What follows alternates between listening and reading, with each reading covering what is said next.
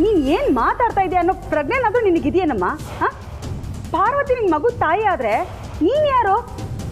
ನೀನು ಆ ಮಗುನ ಹೆತ್ತೋಳು.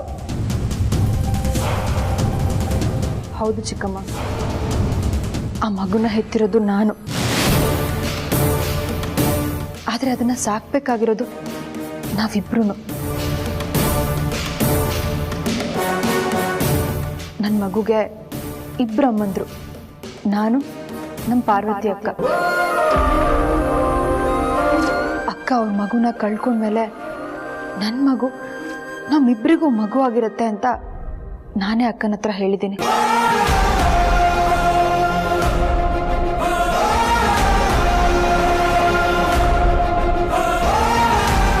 ನೋಡಮ್ಮ ಜನನಿ, ಕೆಲವೊಂದು ಕೇಳಕ್ ಚಂದ, ಇನ್ನು ಕೆಲವು ಸಿನಿಮಾದಲ್ಲಿ ಮಾತ್ರ ನಡೆಯಕ್ಕೆ ಸಾಧ್ಯ. ನಿಜ ಜೀವನದಲ್ಲಿ ನಡ್ಸಕ್ಕೆ ಹೋದ್ರೆ ನಾವೇ ಏನೋ ಒಂದು ಎಡವಟ್ಟಿಗೆ ದಾರಿ ಮಾಡಿಕೊಟ್ಟಾಗತ್ತೆ. ಈಗ ನಿಮ್ಮ ಪಾರ್ವತಿ ಅಕ್ಕ ಏನಾದರೂ ಸಾಧನೆ ಮಾಡೋವರೆಗೂ ಈ ಮನೆ ಹೊಸಲು ತುಳಿಯಲ್ಲ ಅಂತ ಶಪಥ ಮಾಡಿದ್ಲು. ಆದರೂ ಈಗ ಮಗುನ ನೋಡಕ್ಕೆ ಇಲ್ಲಿ ಬಂದು ಹೋಗಿ ಮಾತಿದಳ್ತಾನೆ, ಅಷ್ಟು ಸಾಲದ? ಮತ್ ಯಾಕಮ್ಮ ಮಗುನ ಪಾರ್ವತಿ ಹತ್ರ ಕಳಿಸ್ದೆ? ಅದು ಅಲ್ಲದೆ ಮಗುನ ಪಾರ್ವತಿ ಹತ್ರ ಕಳಿಸಿ ಅವ್ರ ಅಮ್ಮನ ಹತ್ರ ಕಳ್ಸಿದೀನಿ ಅಂತ ಹೇಳ್ತಿದೀಯಲ್ಲ.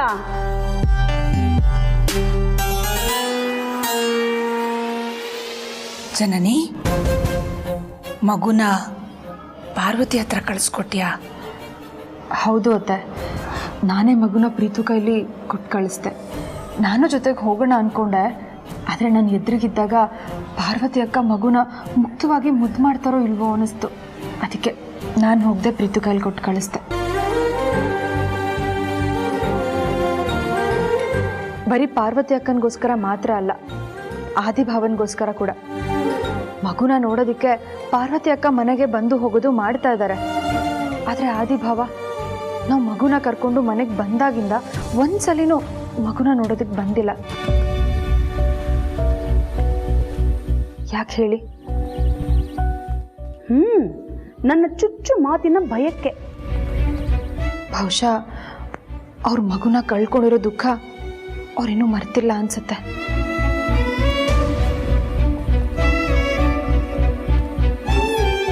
ಹೌದು, ನಮ್ಮ ಸಮಾಧಾನದ ಮಾತುಗಳು ಅವನ ದುಃಖನ ಮರ್ಸಕ್ಕಾಗಲ್ಲ.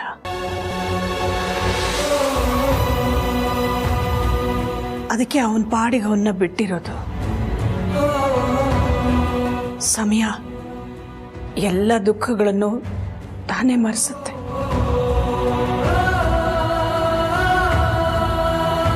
ಈಗ ನಾನು ಮಗುನ ಅಲ್ಲಿ ಕಳ್ಸಿರೋದು ಕೂಡ ಅಕ್ಕ ಭಾವ ಇಬ್ರು ತಮ್ಮ ಮಗುನ ಕಳ್ಕೊಂಡಿರೋ ದುಃಖನ ಮರೀಲಿ ಅಂತಾನೆ ಅತ್ತೆ. ನನ್ನ ಮಗು ಜೊತೆ ಆದಿಭಾವನು ಸ್ವಲ್ಪ ಟೈಮ್ ಸ್ಪೆಂಡ್ ಮಾಡಿ ಅದನ್ನ ಮುದ್ದಾಡಿದ ಮೇಲೆ ಮಗುನ ಕರ್ಕೊಂಡು ಬಾ ಅಂತ ಪ್ರೀತಿಗೆ ಹೇಳಿ ಕೊಟ್ಟು ಕಳಿಸ್ದೆ. ಎಂಥ ಒಳ್ಳೆ ಮನಸ್ಸಮ್ಮ ನಿಂದು ಜನನಿ. ನಮ್ಮ ಮನೆತನಕ್ಕೆ ತಕ್ಕ ಸೊಸೆ. ಆ ದೇವರು ನಿನ್ನನ್ನು ಸದಾ ಚೆನ್ನಾಗಿಟ್ಟಿರಲಿ.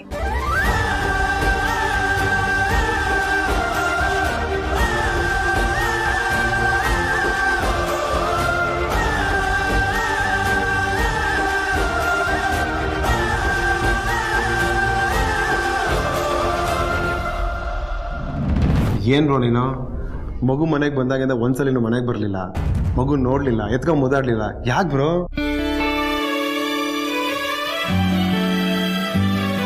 ಈ ರಾಜ್ಕುಮಾರಿನೋ ನನ್ನ ದೊಡ್ಡಪ್ಪ ಬಂದಿಲ್ಲ, ನನ್ನ ಮಾತಾಡಿಸ್ಲಿಲ್ಲ ಅಂತ ಒಂದೇ ಸಮ ಹಠ ಮಾಡ್ತಿದ್ಲು.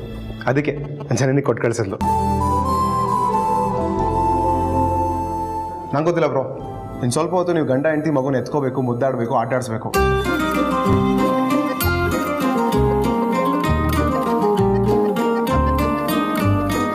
ಇಲ್ಲ ಅಂದರೆ ಇಲ್ಲೇ ಬಿಟ್ಟು ಹೋಗ್ತೀನಿ. ಆಮೇಲೆ ಲೈಫ್ ಲಾಂಗ್ ನೀವೇ ಅಪ್ಪ ಅಮ್ಮ ಆಗಿ ನೋಡ್ಕೋಬೇಕಷ್ಟೆ.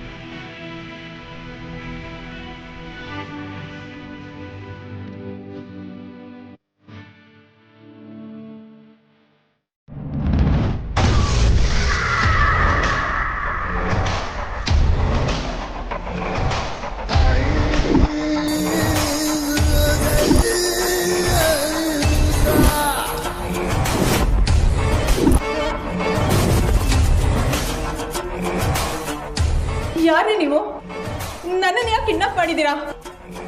ನೋಡಿ, ಮೊದಲು ಕಟ್ಬಿಚ್ಚಿ, ಇಲ್ಲ ಅಂದ್ರೆ ಇದ್ರ ಪರಿಣಾಮ ಸರಿ ಇರಲ್ಲ.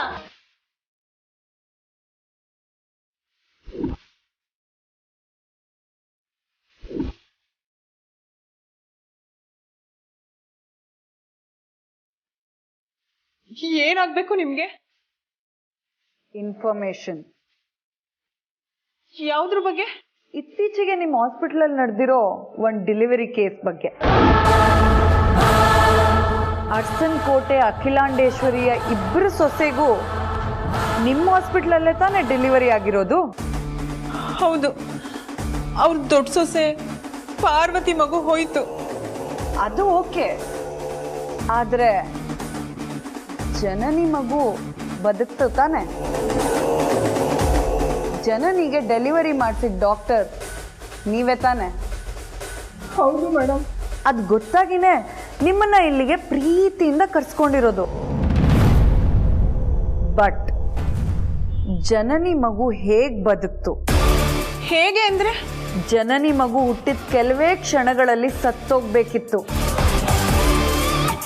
ಅಂಥದ್ರಲ್ಲಿ ಅದು ಬದುಕಿದ್ದು ಹೇಗೆ? ಇದ್ರಲ್ಲಿ ಏನೋ ಗೋಲ್ಮಾಲ್ ನಡೆದಿದೆ. ಆ ಗೋಲ್ಮಾಲ್ನ ನೀನೇ ನಡೆಸಿರೋದು ಅಂತ ನಂಗೆ ಡೌಟ್ ಇದೆ. ನನ್ನ ಡೌಟನ್ನ ಕ್ಲಿಯರ್ ಮಾಡಿದ್ರೆ ನೀನು ಬದುಕೋತ್ಯಾ, ಇಲ್ಲ ಅಂದ್ರೆ ಹೇಳ್ತೀನಿ.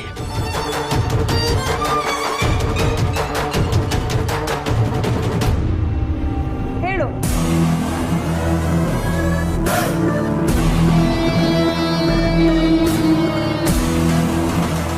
ಹೇಳು. ಅಲ್ಲಿ ಸತ್ತಿದ್ದು ಪಾರ್ವತಿ ಅವ್ರ ಮಗು ಅಲ್ಲ, ಜನನಿಯವ್ರ ಮಗು.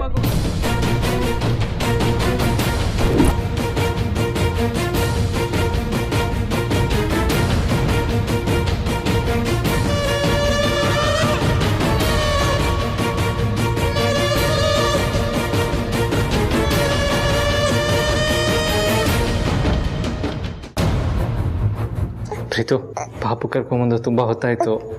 ಜನನಿ ಕಾಯ್ತಾ ಇರ್ತಾಳೆ, ಕರ್ಕೊಂಡು ಹೋಗು. ನಾನು ಕರ್ಕೊಂಡು ಹೋಗಲ್ಲ.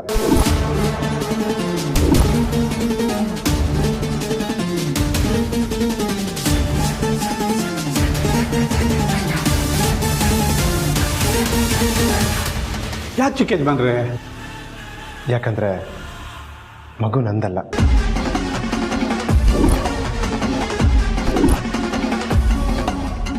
ಪಾರ್ವತಿ ಅದಕ್ಕೆ ಮತ್ತೆ ಬ್ರೋದು.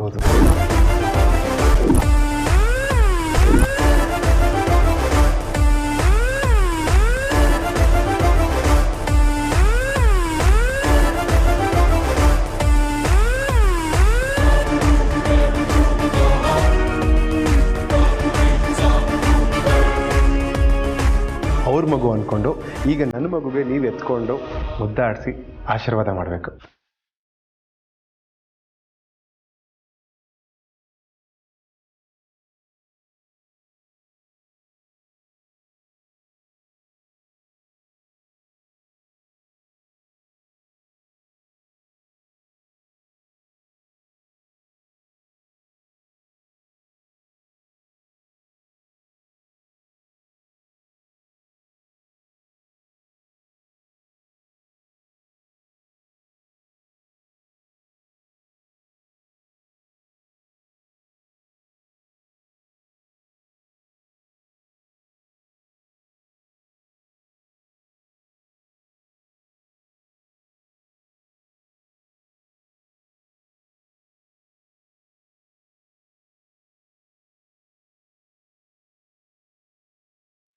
ತಗೊಳ್ಳಿ ಚಿಕ್ಕ ಯಜಮಾನ್ರೆ. ಏನೋ ಇದು?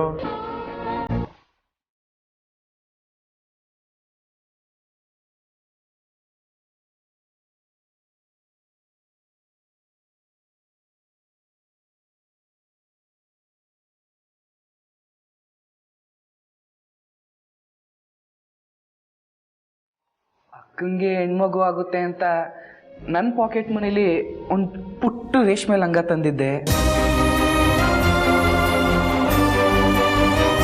ಇದನ್ನ ಇವಳು ಕೊಡ್ಬೋದಾ?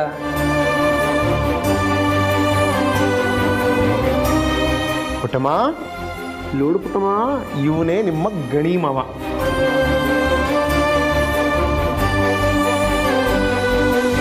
ನಿನಗೆ ತಿಳುವಳಿಕೆ ಬಂದ ಮೇಲೆ ಮ್ಯಾಕ್ಸಿಮಮ್ ಇವನನ್ನೇ ಗೊಳಕೋಬೇಕು, ಸರಿನಾ?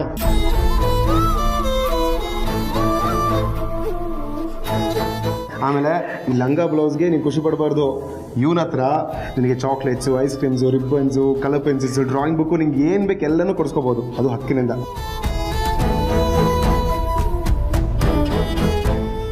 ಗಣಿ, ನೀನು ಸೊಸೆ ಖರ್ಚು ಮಾಡೋಕ್ಕೆ ಇವತ್ತಿಂದನೇ ಪಾಕೆಟ್ ಮನಿನ ಕೂಡಿಟ್ಕೊಳ್ಳೋಕ್ಕೆ ಶುರು ಮಾಡು, ಸರಿನಾ? ಸರಿ ಚಿಕ್ಕ ಬಾವ, ನನಗಂತೂ ಇವಳನ್ನ ನೋಡ್ತಿದ್ರೆ ಪಾರು ಅಕ್ಕನ ಮಗನ ನೋಡಿದಷ್ಟೇ ಖುಷಿ ಆಗ್ತಿದೆ.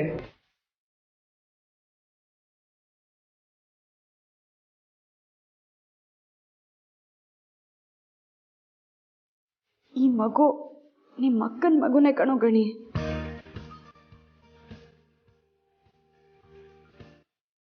ಹಾಂ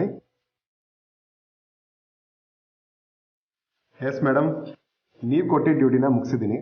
ಆದಷ್ಟು ಬೇಗ ಮನೆಗೆ ಬರ್ತೀನಿ, ಸರಿನಾ? ಬ್ರೋ, ನಾನು ನೋಡ್ತೀನಿ. ಕಾಫಿ ಕುಡ್ಕೊಂಡು ಹೋಗ್ಬೇಕಿತ್ತು. ಇರಲಿ, ಅದಕ್ಕೆ ಇನ್ನೊಂದ್ಸಲ ಬರ್ತೀನಿ. ನಿಮ್ಮ ಮಗಳನ್ನೂ ಕರ್ಕೊಂಬರ್ತೀನಿ. ಪುಟ್ಟಮ್ಮ, ಹೋಗೋಣ?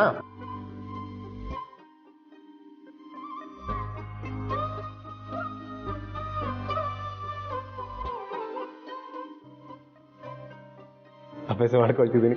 ಬಾಯ್ ಮೇಡಮ್ಮ. ಬಾಯ್. ಹೋಗಿ ಬರ್ತೀನಿ. ಸಾರ್ತಿ ಹೋಗಿ ಬರ್ತೀನಿ.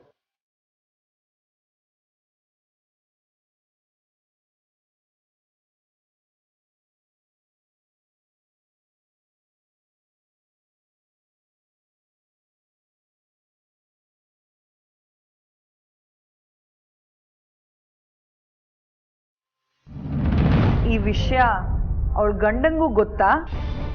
ಇಲ್ಲ, ಪಾರ್ವತಿಯವ್ರನ್ನ ಬಿಟ್ರೆ ಅರಸನ ಕೋಟೆಯಲ್ಲೊಬ್ರು ಸರ್ವೆಂಟ್ ಇದ್ದಾರೆ. ಅವ್ರ ಹೆಸರು ಇನ್ಯಾರು? ಆ ಪಾರ್ವತಿ ಬಾಲಂಗುಚಿ ಸಾವಿತ್ರಿನೇ ಇರ್ತಾಳೆ. ಹೇಳು. ಹಾ, ಅವರೇ.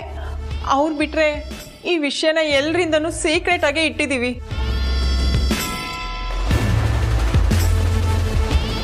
ಸಿಕ್ಬೇಕಾಗಿರೋ ಇನ್ಫಾರ್ಮೇಶನ್ ಸಿಕ್ಕಾಯ್ತು.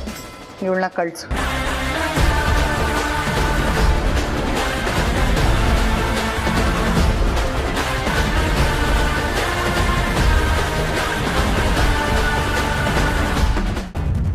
ನಿಂತ್ಕೋ.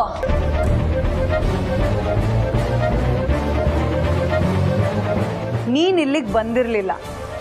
ನೀನ್ ಯಾರು ಅಂತ ನನಗೆ ಗೊತ್ತಿಲ್ಲ, ನಾನು ಯಾರು ಅಂತ ನಿನಗೆ ಗೊತ್ತಿಲ್ಲ. ಹಾಗೆ ನಡ್ಕೊಂಡ್ರೆ ಬದುಕ್ತ್ಯ.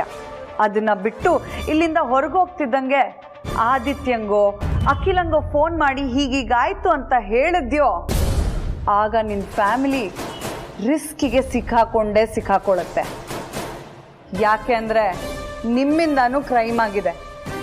ಅಖಿಲಾಂಡೇಶ್ವರಿ ದೊಡ್ಡ ಸೊಸೆ ಮಗು ಸತ್ತಿದೆ ಅಂತ ಸುಳ್ಳು ಹೇಳಿ ಅದೇ ಮಗು ಕಳ್ಕೊಂಡಿರೋ ಜನನಿ ಪಕ್ಕದಲ್ಲಿ ಮಲಗಿಸಿದಿರಾ. ನೀವು ಮಾಡಿರೋದು ಕ್ರೈಮೇ ತಾನೆ. ಸೊ ನಾನು ನಿನ್ನನ್ನು ಕಿಡ್ನಾಪ್ ಮಾಡಿರೋ ವಿಷಯನ ಅಖಿಲ ಫ್ಯಾಮಿಲಿಲಿ ಯಾರಿಗೇ ಹೇಳಕ್ ಹೋದ್ರು ನೀನ್ ಮಗುನ ಎಕ್ಸ್ಚೇಂಜ್ ಮಾಡಿರೋ ವಿಷಯನೂ ಹೇಳಬೇಕಾಗತ್ತೆ. ಆಗ ಅಖಿಲ ನಿನ್ನನ್ನು ಸುಮ್ಮನೆ ಬಿಡ್ತಾಳ? ಒಂದು ವೇಳೆ ಅವಳು ಕ್ಷಮಿಸಿದ್ರು ನನ್ನ ಕೈಯಲ್ಲಿರೋ ಈ ರಿವಾಲ್ವರ್ ಮಾತ್ರ ನಿನ್ನ ಕ್ಷಮಿಸಲ್ಲ. ಇಲ್ಲ ಇಲ್ಲ, ಯಾರಿಗೂ ಹೇಳಲ್ಲ. ದಯವಿಟ್ಟು ನನ್ನ ನಂಬಿ ಇಲ್ಲಿಂದ ಹೋಗೋದಿಕ್ ಬಿಡಿ ಪ್ಲೀಸ್. ತಿರುಗಿ ನೋಡ್ದೆ ಹೋಗ್ತಾ ಇರು.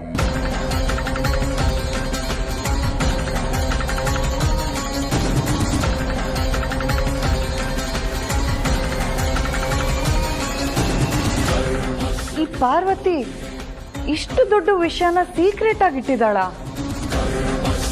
ನಿಜಾನ ನಾನು ಗೊತ್ತು ಮಾಡ್ತೀನಿ. ಮೊದಲು ಆದಿಗೆ ಈ ವಿಷಯದಲ್ಲಿ ಅವನು ಹೇಗೆ ಪಾರ್ವತಿನ ಕ್ಷಮಿಸ್ತಾನೋ ನಾನು ನೋಡೇ ಬಿಡ್ತೀನಿ. ಈ ಕಡೆ ಜನನಿ ಆ ಮಗುನ ತಾನೇ ಹೆತ್ತಿರೋದು ಅಂತ ನಂಬ್ಕೊಂಡಿದ್ದಾಳೆ, ಹಚ್ಕೊಂಡಿದ್ದಾಳೆ. ಈ ಟೈಮಲ್ಲಿ ನಾನು ಆದಿತ್ಯಂಗೆ ನಿಜ ಗೊತ್ತು ಮಾಡಿದ್ರೆ ಹೇಗಿರುತ್ತೆ?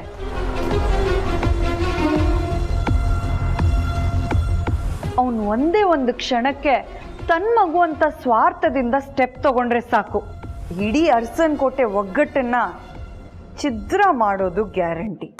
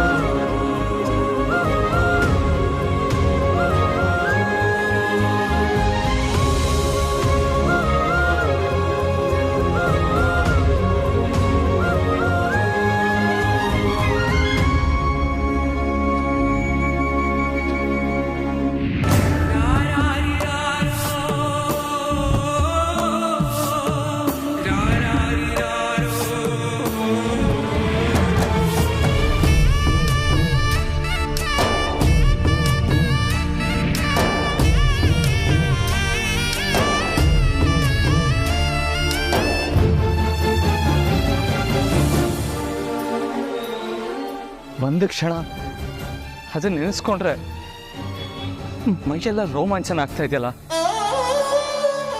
ಆ ಮಗುನ ಎತ್ಕೊಂಡಿದ ತಕ್ಷಣ ಇದು ನನ್ನ ಮಗುನೇನೋ ಅಂತ ಅನ್ನಿಸ್ಬಿಡ್ತು. ಇನ್ನೇನಾದರೂ ನಿಜಕ್ಕೂ ಆ ಮಗು ನಂದೇ ಆಗಿದ್ದಿದ್ರೆ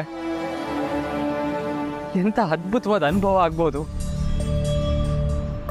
ನನಗೆ ಹೀಗಾಗಿರ್ತಿರ್ಬೇಕಾದ್ರೆ ಪಾರ್ವತಿಗೆ ಆ ಮಗುನ ನೋಡಬೇಕು, ಅದನ್ನು ಎತ್ಕೋಬೇಕು, ಅದನ್ನು ಮುದ್ದಾಡಬೇಕು ಅಂತ ಅನ್ಸೋದ್ರಲ್ಲಿ ಯಾವ ತಪ್ಪು ಇಲ್ಲ. ಆದರೂ ಆ ರತ್ನವೇಣಿ ನಮ್ಮ ಅರಸನ್ ಕೋಟೆಯಿಂದ ಆಚೆ ಹೋಗೋವರೆಗೂ ನಾನು ಪಾರ್ವತಿನ ಕಂಟ್ರೋಲ್ ಮಾಡಲೇಬೇಕು. ಇಲ್ಲೋ ನಾನು ಪ್ರೀತು ಮಗು ಬಗ್ಗೆ ಇಷ್ಟೊಂದು ಫೀಲ್ ಮಾಡ್ಕೊಳ್ತಾ ಇರೋದು ಯಾವುದೇ ಕಾರಣಕ್ಕೂ ಪಾರ್ವತಿಗೆ ಗೊತ್ತಾಗಬಾರ್ದು. ಅವಕ್ಕೇನಾದರೂ ಗೊತ್ತಾದರೆ ನನಗೆ ಮಗುನ ಎತ್ಕೊಡೋ ಶಕ್ತಿ ಇಲ್ವಲ್ಲ ಅಂತ ಕೊರಗಕ್ಕೆ ಶುರು ಮಾಡ್ತಾಳೆ.